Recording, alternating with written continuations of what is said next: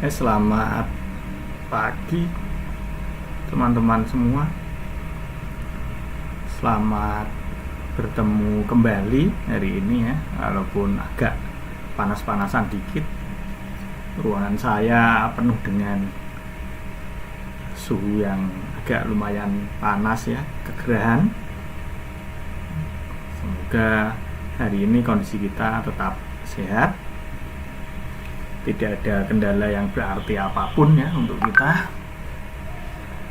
Hari ini kita kuliah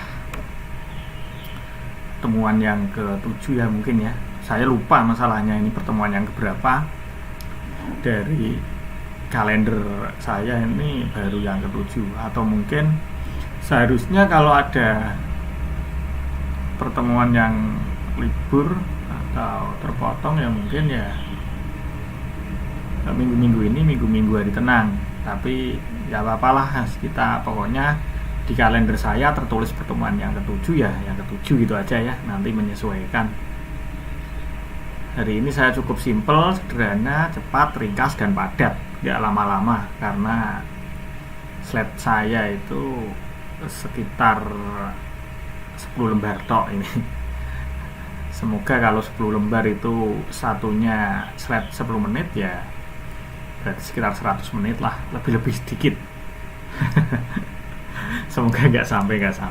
Saya itu tahu kalau kuliah zaman sekarang itu berat, terutama di ongkos ya, karena harus menyediakan kuota yang ekstra, sehingga kuliah saya usahakan nggak lama lah. Nah, hari ini kita akan masuk ke macam-macam serangan komputer pada kuliah virtual online keamanan sistem komputer.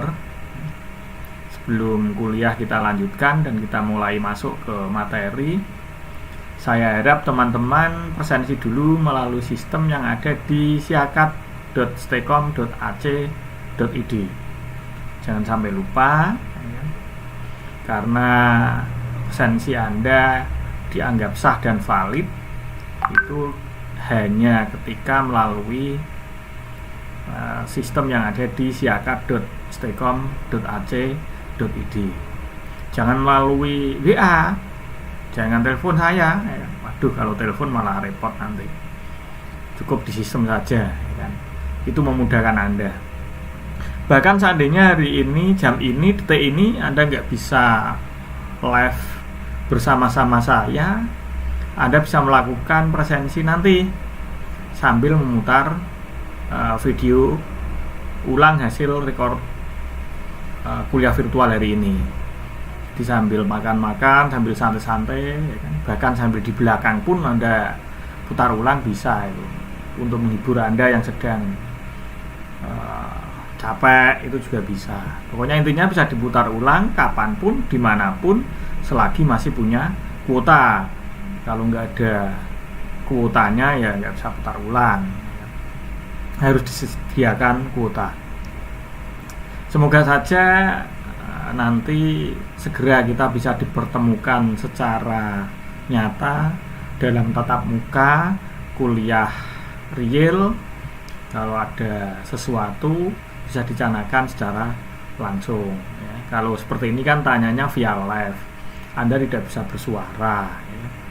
Yang bersuara hanya saya. Tanyanya melalui apa? Melalui media kolom live chat. Ini kan pertanyaannya lewat tulisan. Jadi kalau ada kesulitan langsung tanyakan via live chat. Kita lanjutkan ke materi yang akan kita bahas hari ini ya, tentang keamanan komputer. Jadi keamanan komputer nanti harus harus diperhatikan ya, aspek-aspek dalam sistem keamanan komputer. Yang pertama, autentikasi. Jadi autentikasi ini untuk memastikan Anda itu benar-benar orang yang diinginkan apa tidak, itu namanya autentikasi. Jadi dicocokkan, dicek, divalidasi, namanya dicocokkan autentikasi. Benar nggak? Si A ini adalah mahasiswa Stekom keamanan sistem komputer, NIM-nya sekian, kuliahnya jam 10.15, tapi hari ini kuliah diundur jadi 10.30. Nah, karena dosennya kebelet ke belakang. Nah, itu misalkan, itu namanya autentikasi. Terus kemudian integrity atau integritas itu menjamin keaslian pesan yang akan dikirim atau diterima. Ini integritas. Kalau dulu integritasnya ya kirim file berupa filenya ditaruh di flash disk atau filenya ditaruh di disket lalu dikirim oleh kurir. Nah, seiring berkembangnya waktu, sebuah jaringan komputer itu ikut berkembang. Nah, mengirimnya sekarang ya melalui jaringan, bisa via email ya, dan lain-lain. Nah, integrity ini atau integritas ini bisa memastikan bahwa informasi atau pesan tadi yang telah dikirim atau yang diterima ini tidak dimodifikasi oleh pihak yang lain. Pesannya itu asli, tidak dimodifikasi. Itu aspek keamanan ya. Jadi aspek keamanannya yang pertama autentikasi, yang kedua integritas, yang ketiga adalah non-repudasi. Ini kaitannya dengan si pengirim atau sumber pesan atau sumber data tadi. Sehingga dengan aspek keamanan ini, bahwa si pengirim ini tidak bisa mengelak tentang sesuatu yang menjadi data milik dia. Makanya sekarang kan berlaku ITE itu ya, yang banyak menjerat kalangan, baik itu artis, baik itu pemuka agama, baik itu kalangan pebisnis ya. Intinya non-repudiation ini bisa memastikan bahwa informasi atau data atau pesan tadi benar-benar milik si pengirim. Bisa dipastikan secara teknis. Terus kemudian untuk aspek yang berikutnya adalah authority. Ya. Authority ini memberikan hak akses, menjamin hak akses bahwa tidak ada orang lain yang mampu masuk ke dalam jaringan tersebut untuk memodifikasi sistem yang ada di jaringan. Jadi authority ini otoritas atau hak aksesnya ya, bukan pada datanya, tapi pada hak aksesnya. Kalau ada ya, pada datanya itu autentikasi ya, nanti, dan integrity ya. Kalau authority itu hak aksesnya. Oh, si A itu bisa mengakses begini. Si B mempunyai hak akses seperti ini. Si C tidak mempunyai akses. Si D mempunyai hak akses full. Nah, itu namanya authority. Terus kemudian ada konfidensial. Ini adalah aktivitas atau kegiatan untuk menjaga data dari orang yang tidak berhak. Namanya konfidensial. Yuk jaga agar kuliah kita tidak disusupi oleh orang lain. Itu namanya konfidensial. Jadi kita melakukan konfidensial. Terus yang berikutnya itu ada privacy, pribadi, private ya.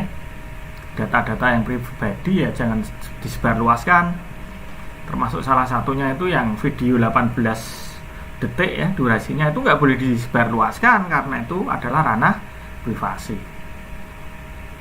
Berikutnya availability ya, ketersediaan informasi ya, harus terjaga. Oh, saya membutuhkan data ini, itu harus tersaji datanya.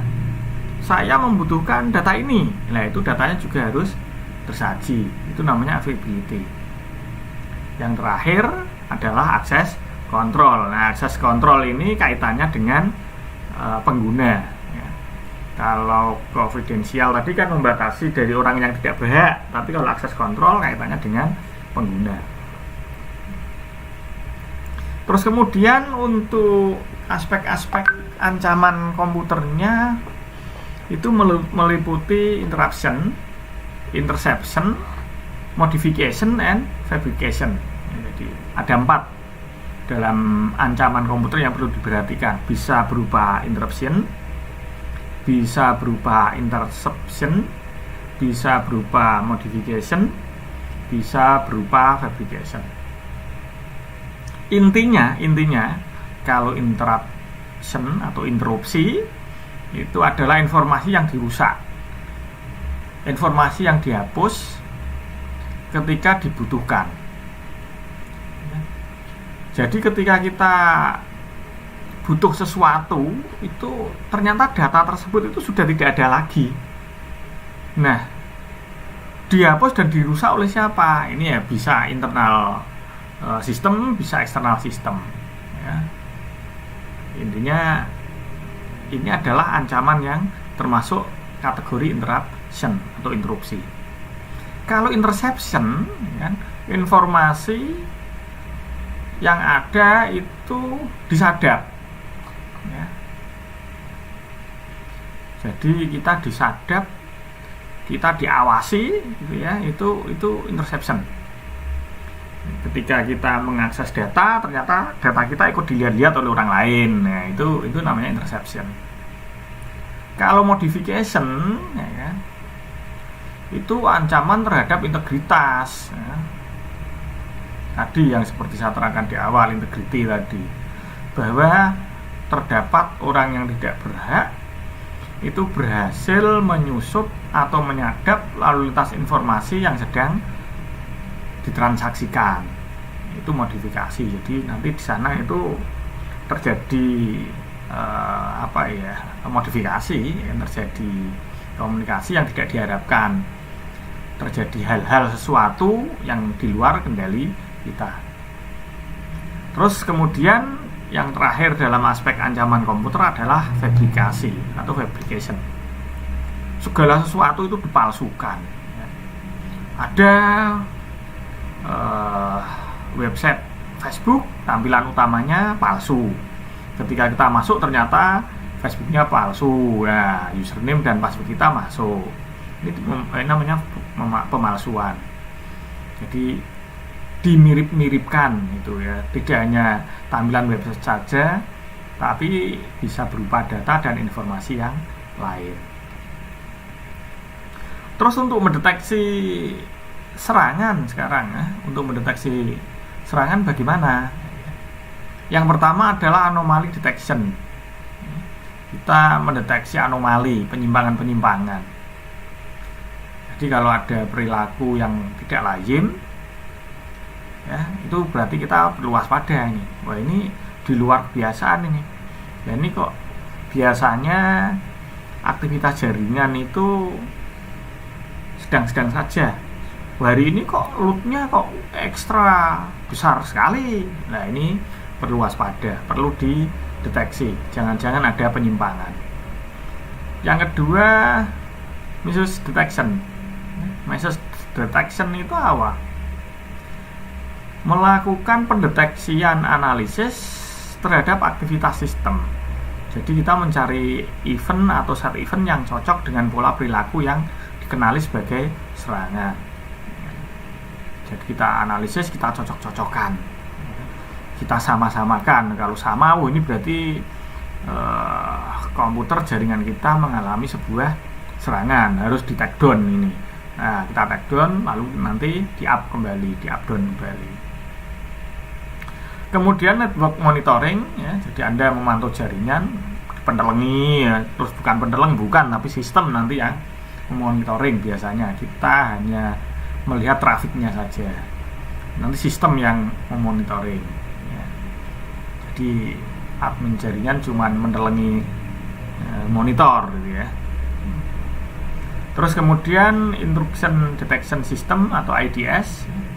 Intrusion detection system ini mencoba menghambat atas semua serangan yang mengganggu sebuah jaringan. Jadi kita potong di jalan.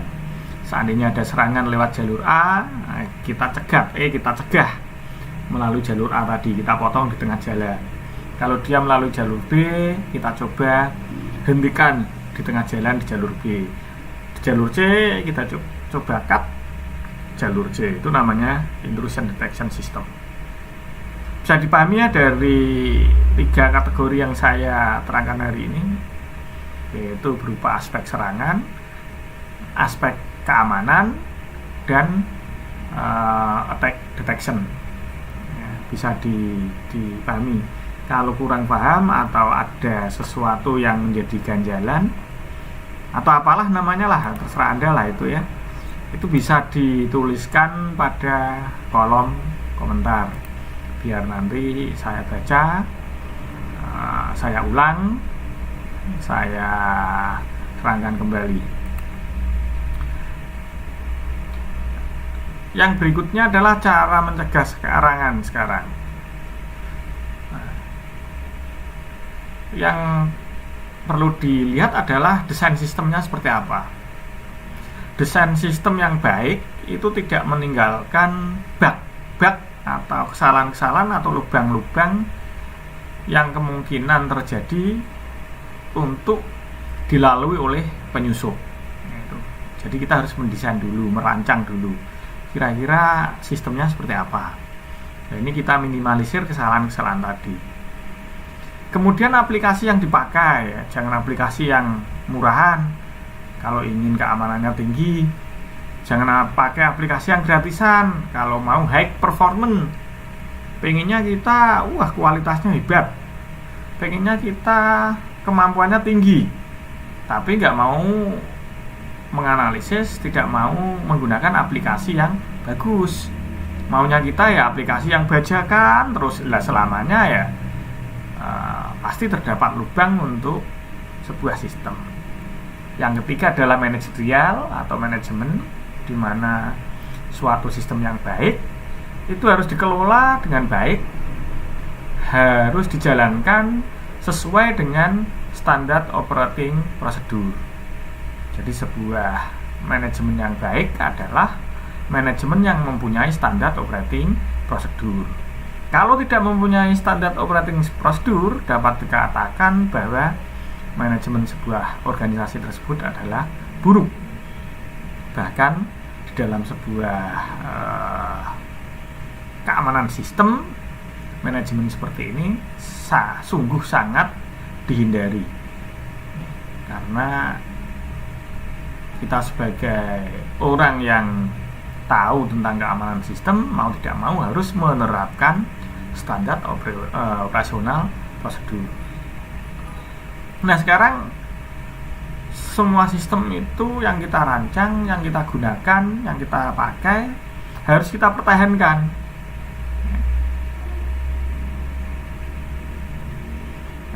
Harus kita pertahankan. Dari apa? Dari serangan orang yang tidak berhak.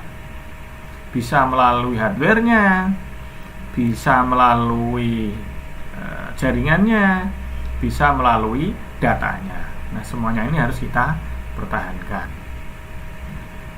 Pokoknya kuliahnya ringkas-ringkas, padat-padat, ringan-ringan, bahasanya sungguh unik, bahasa katro, tapi bisa membuat kita paham. Karena kalau saya suruh ngomong pakai bahasa yang intelek, ngomong pakai bahasa yang high, ya saya kurang paham ini. Saya sendiri bahasanya masalahnya terbiasa bahasa Semarangan lah, katakanlah. Bahasa yang orang Semarang gunakan itu cenderung ke arah bahasa Blokosuto atau ngomong apa adanya gitu ya. Yuk kita lanjut lagi 5 langkah keamanan komputer ya. Nanti langkah-langkah yang harus Anda perhatikan adalah aset, dimana aset ini harus kita perhatikan ya. Karena pada intinya itu aset itu harus dilindungi secara berkelanjutan, karena aset merupakan sesuatu yang penting, apalagi aset-aset di dalam bidang komputer kalau kita membicarakan tentang keamanan sistem komputer. kita juga harus mampu melakukan analisa risiko atau risk analysis. Kita identifikasi semua kemungkinan yang terjadi ya, dari setiap aktivitas ya, step by step ya kan, kita perhatikan. Nanti kalau kita melakukan seperti ini, resikonya apa? Kalau kita melakukan seperti ini ya kan, nanti akan kejadian seperti apa? Nah, setelah kita tahu, maka kita akan menyiapkan suatu perlindungan. Nah, perlindungan ini bisa kepada mengarah ke arah jaringannya, bisa mengarah kepada komputer atau PC-nya, bisa juga dilakukan pada datanya. Kalau sudah perlindungan ini kita siapkan, tentu alat-alatnya ini yang harus kita perhatikan ya. Alatnya ini mendukung apa enggak. Jangan-jangan saya kunci tapi kuncinya rusak. Jangan-jangan saya gembok ya, gemboknya tayang ya. Jangan-jangan, pokoknya jangan tahu tempe lah, ada masih banyak jangan-jangan lagi yang lain ya. Dan yang perlu diperhatikan yang pada skala dini adalah prioritas. Jadi perlu dilihat prioritas perlindungan PC secara menyeluruh dari user awal, ya, pengguna awal sampai dengan end user.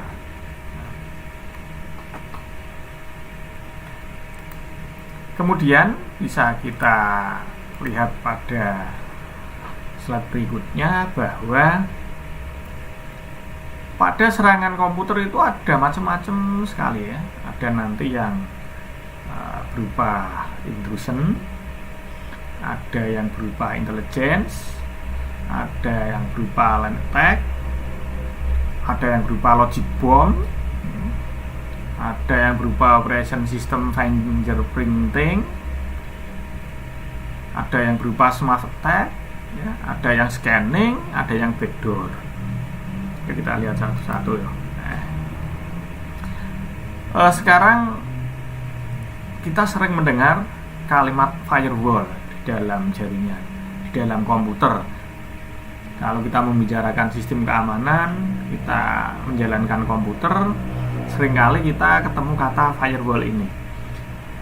Apa toh sebetulnya yang disebut dengan firewall?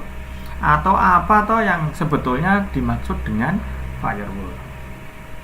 Oh, ternyata firewall adalah alat yang digunakan untuk mencegah orang luar memperoleh akses ke suatu jaringan. Jadi firewall itu kaitannya dengan alat ya. Ingat, firewall kaitannya dengan alat. Firewall merupakan suatu kombinasi dari perangkat lunak dan perangkat keras. Kalau alat itu tidak harus yang keras-keras ya, yang lunak-lunak itu bisa disebut alat. Jadi firewall itu mencoba menggabungkan keamanan sistem dari perangkat keras dan perangkat lunak. Biasanya sistem kerja dari firewall itu menerapkan pengeluaran rencana atau perintah untuk menyortir alamat yang tidak dikehendaki. Dia bisa mensortir ya. Oh, ini alamat ini masuk, wah ini alamat palsu, buang karena miliknya Ayu Ting Ting gitu ya. Jadi misalkan alamat palsu itu miliknya Ayu Ting Ting ya jangan dimasukkan. Oh, alamat ini itu alamatnya si XYZ. Oh, ini tidak pada kondisi yang diinginkan. Jadi dibuang, tidak diperbolehkan masuk. Oh, alamat ini alamatnya miliknya user ABC. Oh, silahkan masuk karena ABC adalah mahasiswa Stekom. Nah, seperti itu. Itu namanya firewall. Sedangkan untuk cara kerja firewall itu dia akan menggunakan TCP/IP atau IP paket ya. Jadi dia itu mengevaluasi, dia itu menganalisis paket yang ada di IP. Jadi yang melewati IP tersebut itu dianalisis ya. Jadi akses ini bisa diatur nanti, baik itu alamat IP-nya ya, port yang akan dilalui, maupun arah informasinya. Jadi bisa dilihat. Nah, untuk memahami firewalls bekerja, kita perlu mengetahui IP addressing. Dia menggunakan sistem statik, apa dia menggunakan sistem dinamis. Nah, ini yang pernah saya sampaikan minggu kemarin ini pada pertemuan ke-5 kalau nggak salah, itu tentang IP itu ya. Nah, jadi bisa Anda lihat kembali pada pertemuan-pertemuan di jaringan komputer kemarin gitu ya. Ada IP statis, ada IP dinamis. Ini sudah saya terangkan di sana. Jadi nanti dibuka kembali aja materi-materi Jarkom yang pernah saya sampaikan ya. Nah, pada karakteristik firewall ini, segala lalu lintas jaringan baik dari dalam maupun dari luar harus melalui firewall tersebut ya. Filter, karena ini sifatnya adalah filtering ya, mau nggak mau yang lewat harus lewat alat tersebut, sehingga bisa dikendalikan nanti ya kan, siapa yang boleh lewat, siapa yang tidak boleh lewat.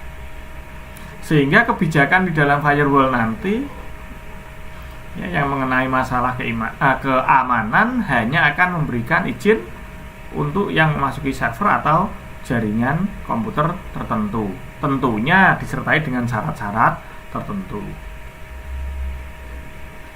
Nah, firewall ini itu akan terbebas dari penetrasi atau tekanan-tekanan yang diberikan oleh sistem. Kalau sudah bisa membuat firewall ini kedap atau tahan terhadap tekanan-tekanan serangan sistem, maka dapat dikatakan bahwa sistem yang dibangun tersebut bisa dipercaya. Sistem yang disebut berqualified. Sistem tersebut bagus untuk digunakan. Jadi nanti di dalam firewall itu akan memiliki 3 macam ya. Tentunya dari 3 macam ini mempunyai keuntungan dan kerugian atau kelebihan dan kelemahan masing-masing. Jangan lantas bagus menggunakan ini, bagus menggunakan ini. Tergantung situasi dan kondisinya. Kondisinya seperti apa, situasinya seperti apa. Nah, bisa kita lihat dari 3 macam firewall ini. Nanti di dalam firewall itu ada paket filter router, ada application level gateway, ada circuit level gateway ya. Jadi dari 3 ini mempunyai kekurangan dan kelebihan. Nah, kalau paket filter router ya bisa Anda lihat ya kan. Paket filter router itu menggunakan ketentuan untuk paket IP-nya. Jadi di dalam paket filter router ini, ya kan, misalkan itu sumber IP address-nya itu adalah alamat IP asli ya, katakanlah dari paket alamat 192.168.1.2 gitu ya.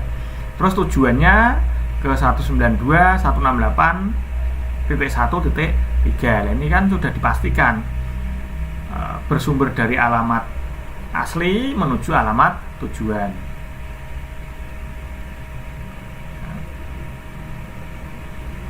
Terus kemudian untuk application level gateway-nya ya.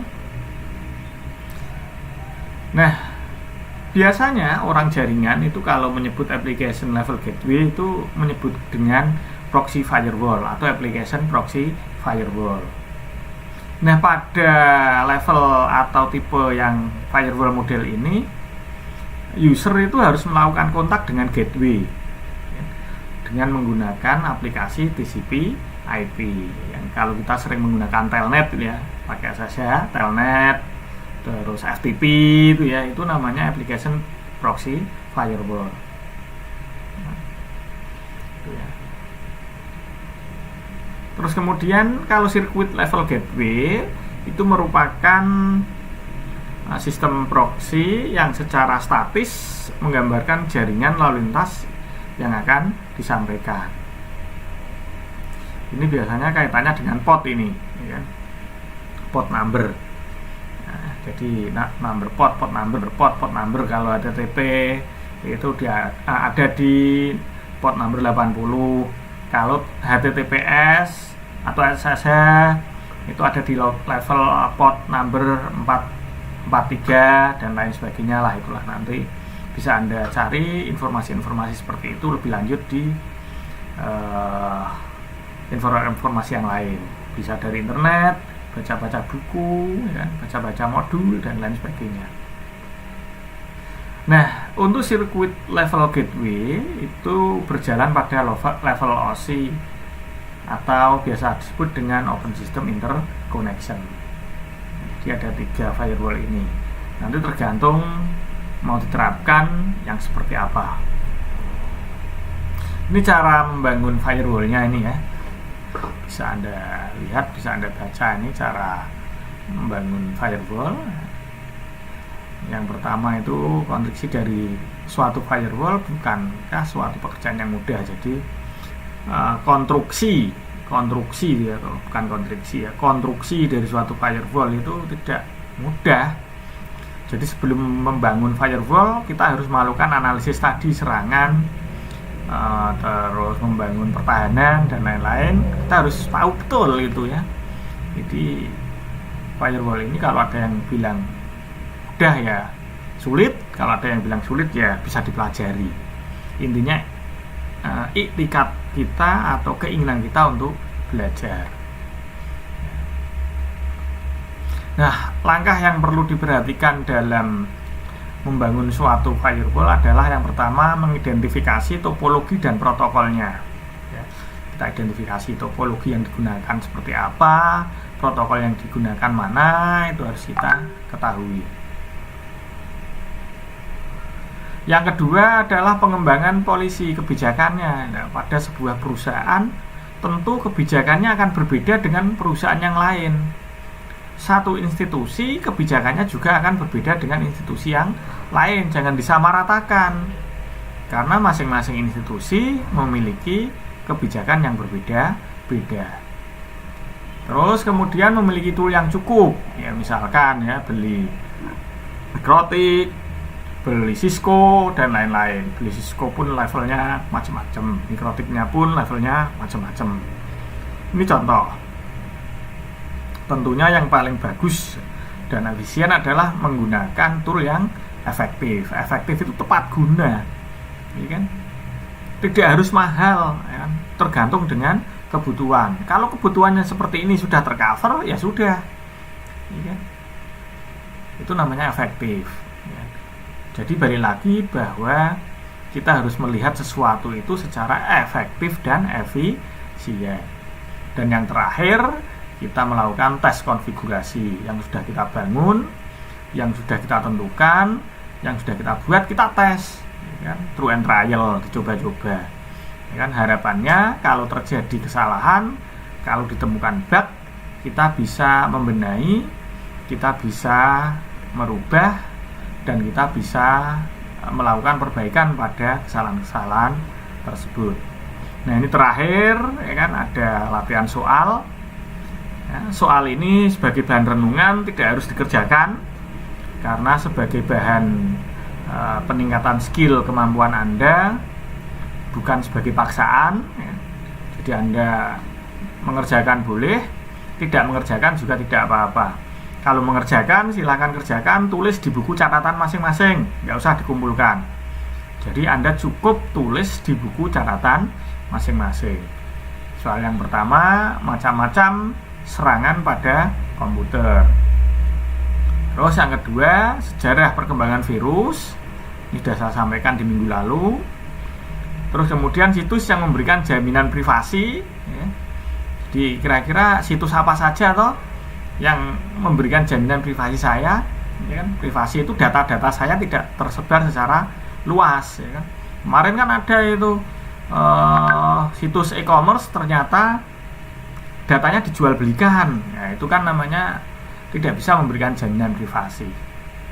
Terus kemudian situs mana saja yang memberikan tip-tip keamanan security-nya. Contohnya, ya kalau Anda mengakses ini silahkan nanti Anda gunakan verifikasi 2 langkah Anda gunakan verifikasi menggunakan apa, yaitu tip-tipnya keamanan diberikan pada situs-situs apa saja ini. Nah, itu saja yang menjadi latihan hari ini. Dan apa yang saya sampaikan hari ini kurang lebihnya mohon maaf. Sekali lagi saya ucapkan terima kasih. Selamat pagi.